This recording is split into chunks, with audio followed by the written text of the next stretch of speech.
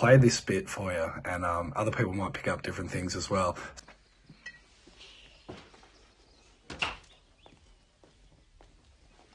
The scene starts in the kitchen, right? A place historically of the woman, of, you know, the nurturer and the carer. But in the movie, the mother is dead. And Bastian, whose name actually means creator. Now, this is epically written movie and book, but Bastian means creator. So I'll play this first bit and then I'll tell you what I got. Morning, Bastian. Morning, Dad.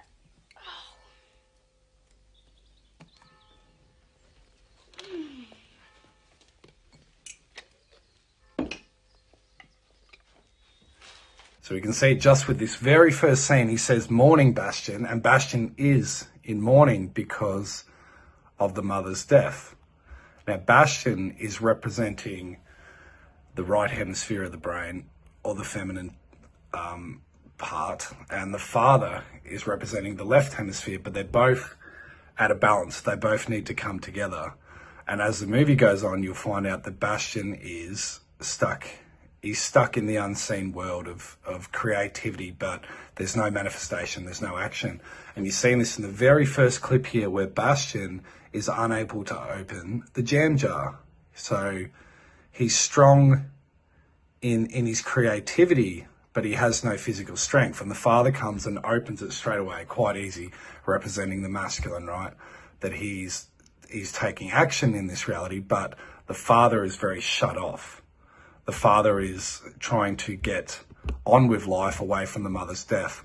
And Bastian, so again, going to the theme of the mother, that if you go through all these creation stories, there's this constant theme of abandonment, that he has left the mother, right?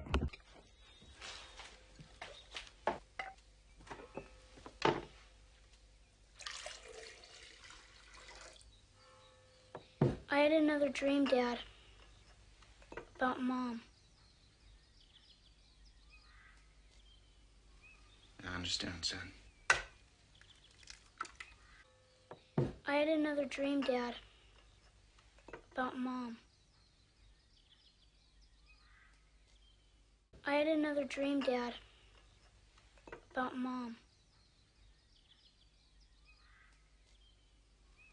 I understand, son. So what an epic moment there. He said, "I had another dream, Dad, about Mum." So he's talking about the unseen, his care and compassion and his memory, and also his feeling of abandonment that his mother's left. The dad stops carrying an egg representing of the woman, then thinks about it, and then goes on to crack it, right?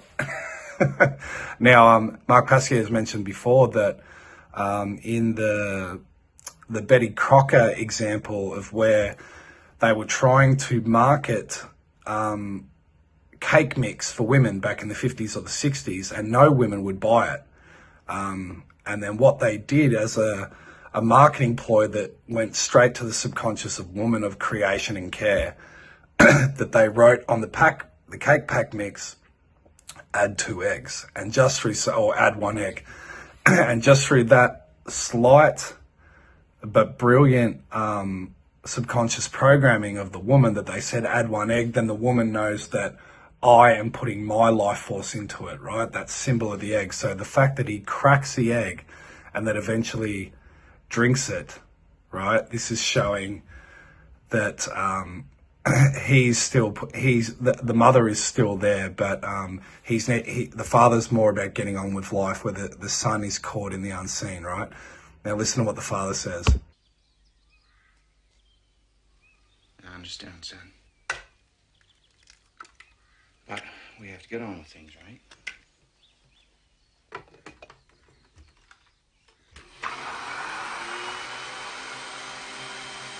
Now, even the fact that he's cracked the egg and then kind of like scrambling it, is that the mother is a distant memory, but he's more about getting on with things in action. He's more logic based, right? In almost like suppressing the mother. Bastian, we each have responsibilities. Can't let Mom's death be an excuse for not getting the old job done, right? Yeah.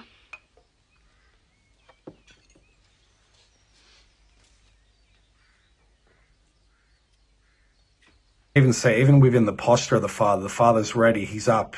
He's ready to go to work. He's about responsibilities and logic and getting things done. Bastian still isn't even ready for school. He's daydreaming. He's off with the fairies, right? Both distortions without looking at the other.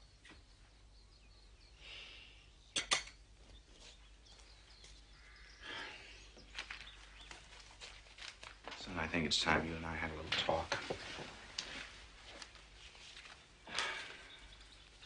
I got a call from your math teacher yesterday.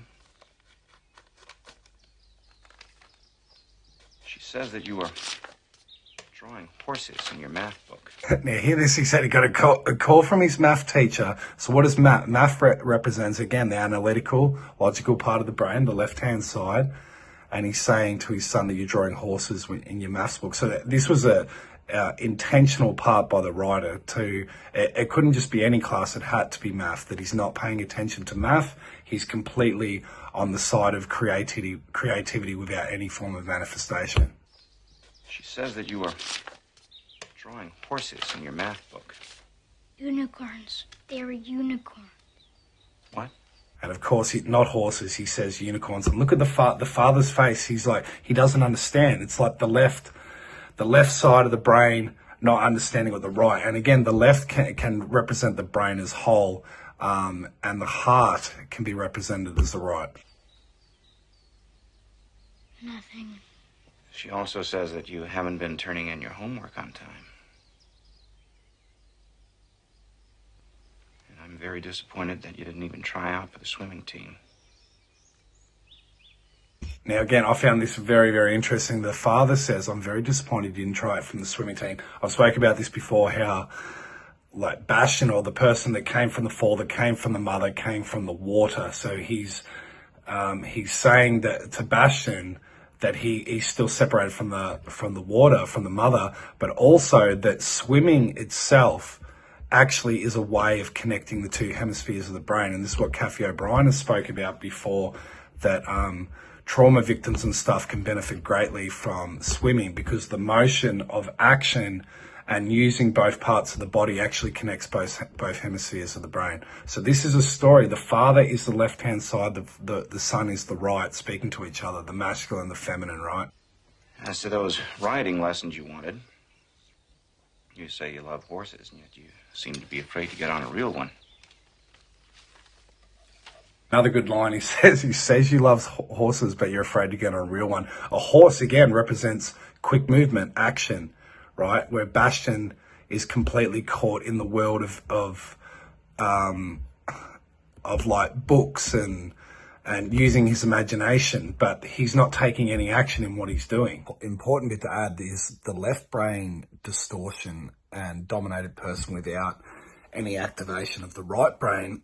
These are the people that are like your soldiers, and the soldiers very much will stand for physical courage and what they can see to be right, and put their body on the line, but without any idea of looking or asking or questioning what is true, right? And just acting on orders. Mark Pascoe speaks a lot about this. So that the father is talking about physical courage when he said he's too scared to get on a real horse, whereas Bastian is this right brain imbalance too, where he has the moral courage and knows what is right, but he lacks the physical courage, right? So you can see the separation between the father and Bastian trying to have this conversation, and there's no middle ground or understanding. Now, Bastian, you're old enough to get your head down out of the clouds and start keeping both feet on the ground, right? Keep your head out of the clouds and keep both feet on the ground. In other words, he's talking completely about the physical world, right? And being logical, whereas Bastian is completely separated. He's completely in the clouds, in the unseen world. And as the story progresses, you will see that there's a merging of the two, and the important scene of the mirror, where Atreyu and Bastian, who are both aspects of the same being, see each other from the different realms. Right? Okay.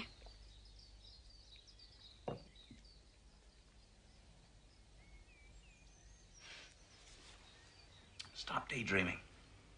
Start facing your problems, okay? Okay. Okay. Yeah. I think we've had a nice talk. We should have more. You have a good day, son. Don't be late for school again. But yesterday I wasn't. So yeah, pretty